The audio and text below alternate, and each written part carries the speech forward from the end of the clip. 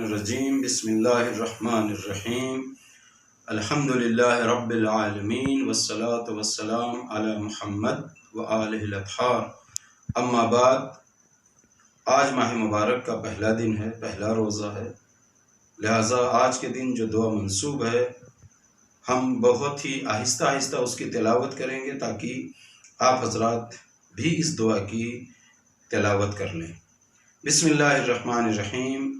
اللہم اجعل صیامی فیہ صیام الصائمین وقیامی فیہ قیام القائمین ونبہنی فیہ عن نومۃ الغافلین وحبلی جرمی فیہ یا الہ العالمین واعف عنی یا عافیا عن المجرمین۔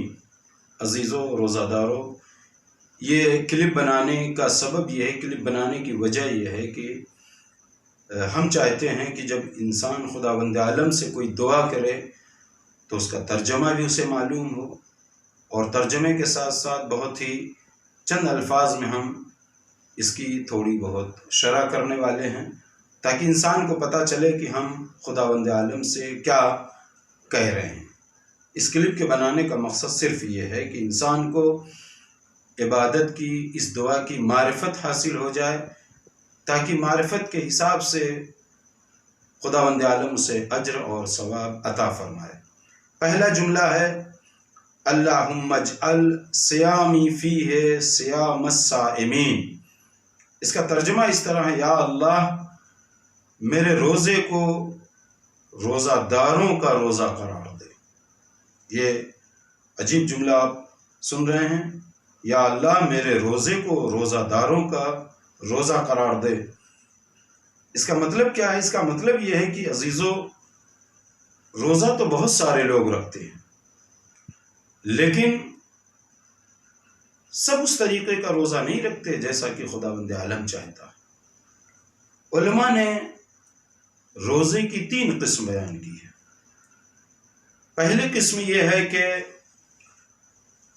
روزہ یعنی جو کچھ لوگ جو عام آدمی سمجھتے ہیں، جس کو روزہ عام کہتے ہیں، وہ یہ سمجھتے ہیں کہ کھانے پینے کو ترک کرنے کا مطلب روزہ ہے۔ کھانا چھوڑ دیا، پینا چھوڑ دیا، اسے روزہ سمجھتے ہیں، جبکہ عزیزو یہ روزے کی ادنا سے قسم ہے، عام روزہ ہے۔ روزے کی پہلی قسم روزہ عام ہے، جبکہ کھانا پینا ترک کرنے کے ساتھ ساتھ روزے دار کو چاہیے کہ نامحرم کو نہ دیکھے، روزے دار کو چاہیے کہ کسی کی غیبت نہ کرے، روزے دار کو چاہیے کہ کسی پر تہمت نہ لگائے، روزے دار کو چاہیے کہ اپنا معاملہ، اگر کسی سے کچھ معاملہ کر رہا ہے تو معاملہ صحیح کرے، ورنہ توضیح المسائل کے حساب سے اس کا روزہ ہو جائے گا۔ ہاں، رسالہ عملیہ یعنی جو مراجع اعظام ہمارے روزہ رکھنے کے شرائط بیان کرتے ہیں، اس طریقے سے روزہ تو اس کا صحیح ہو جائے گا، لیکن یہاں فرق ہے، روزہ صحیح ہونا اور ہے اور روزہ قبول ہونا اور ہے۔ روزہ نہیں بلکہ کسی بھی عبادت کے بارے میں یہ کہا جا سکتا ہے صحیح ہونا اور ہے، قبول ہونا اور ہے۔ مثلا جن چیزوں سے روزہ باطل ہوتا ہے، اگر اس سے روزہ دار نے پرہیز کیا تو روزہ صحیح ہے، مراجع اعظام کے فتوے کے مطابق روزہ صحیح ہے، لیکن قبول ہونا اور ہے۔ مرجع کسی بھی عبادت کو صحیح ہونے کی ضمانت تو لے سکتا ہے، لیکن کسی چیز کو، کسی عبادت کو قبول ہونے کی ضمانت نہیں لے سکتا۔ یہ روزہ عام ہے، پہلی قسم ہے روزے کی، کھانا پینا انسان ترک کر دے لیکن اس کے اعضاء و جوارح روزہ نہ ہو۔ دوسری قسم، پہلی قسم روزہ عام، دوسری قسم روزہ خاص ہے۔ یہ وہ لوگ ہیں جو کھانے پینے سے پرہیز کے ساتھ ساتھ ان کے اعضاء و جوارح بھی روزہ دار ہوتے ہیں، آنکھوں کو گناہ سے بند کر لیتے ہیں، اپنے کانوں کو بری باتیں اور غیبت سننے سے روک لیتے ہیں، اپنی زبان کو غیبت اور تہمت سے روک لیتے ہیں، اپنے کانوں کو حرام آواز سننے سے روک لیتے ہیں، یہاں تک کہ جب سحر کھاتے ہیں تو نیت یہ کرتے ہیں کہ پالنے والے ہمارے تمام اعضاء و جوارح نے روزہ رکھ رکھا ہے۔ اور اسی طریقے سے امام صادق علیہ السلام سے ایک روایت بھی نقل ہے کہ آپ فرماتے ہیں جب تم روزہ رکھو تو تمہارا کان بھی روزہ دار ہو، تمہاری آنکھ بھی روزہ دار ہو، تمہارے بال بھی روزہ دار ہوں، اور تمہاری جلد بھی روزہ دار ہو۔ اور اگر روزے کی معنویت حاصل کرنا آپ چاہتے ہیں تو ان سب کو روزے کی حالت میں ہونا چاہیے۔ یہاں ایک جملہ آپ نے سنا کہ تمہارا بال بھی روزہ دار ہو۔ بال روزہ دار ہونے کا کیا مطلب یہ خواتین کے لیے ہے کہ اگر وہ روزہ دار ہیں تو ان کے بالوں پر کسی نامحرم کی نظر نہ پڑے۔ یہ نہیں کہ روزہ ہیں بے حجاب بازار میں ہیں، بے حجاب بز میں بیٹھی ہوئی ہیں، نہیں، یہ روزے خاص ہے۔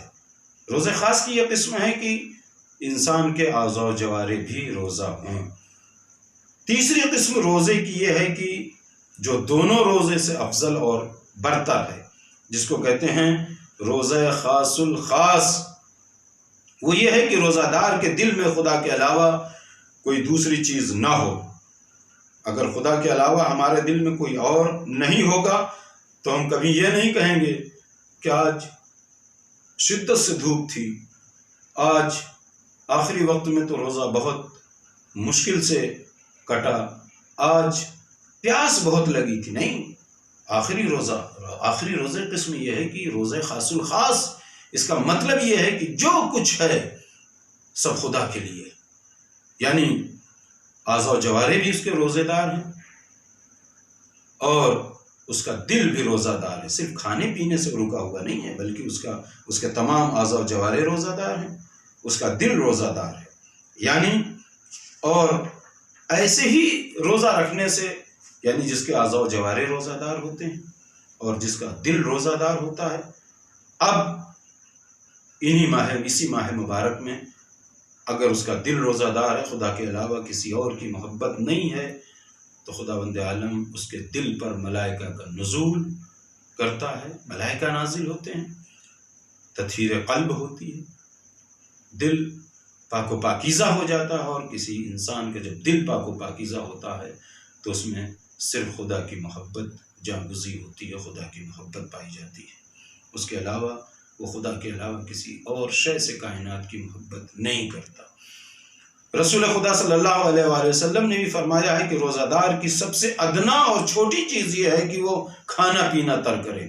اس کا مطلب یہ کھانا پینا ترک کرنا صرف یہ روزہ دار کی ایک چھوٹی سی چیز ہے جس کو ہم سب کچھ سمجھتے ہیں۔ اگلا جملہ مختصر طور پر وَقِيَامِ فِيهِ قِيَامَ الْقَائِمِينَ، اور ہمارا قیام اس ماہ مبارک میں قائمین کا قیام قرار دے۔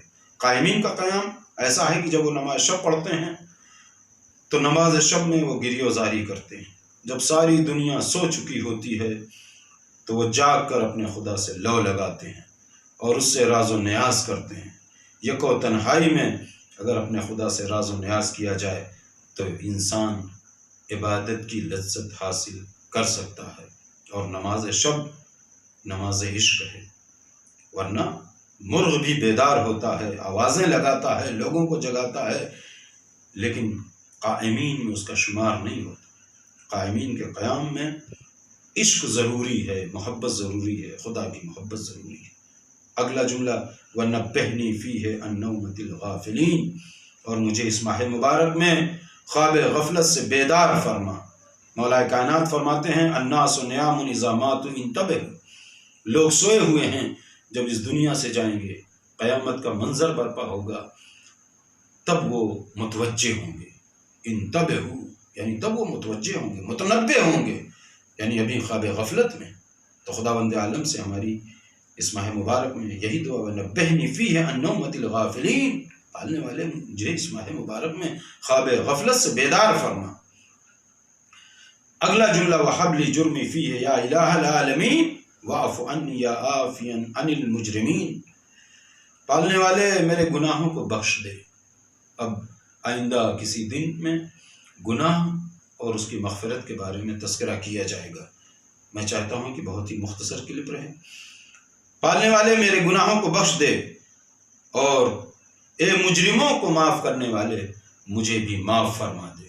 والسلام علیکم ورحمۃ اللہ وبرکاتہ۔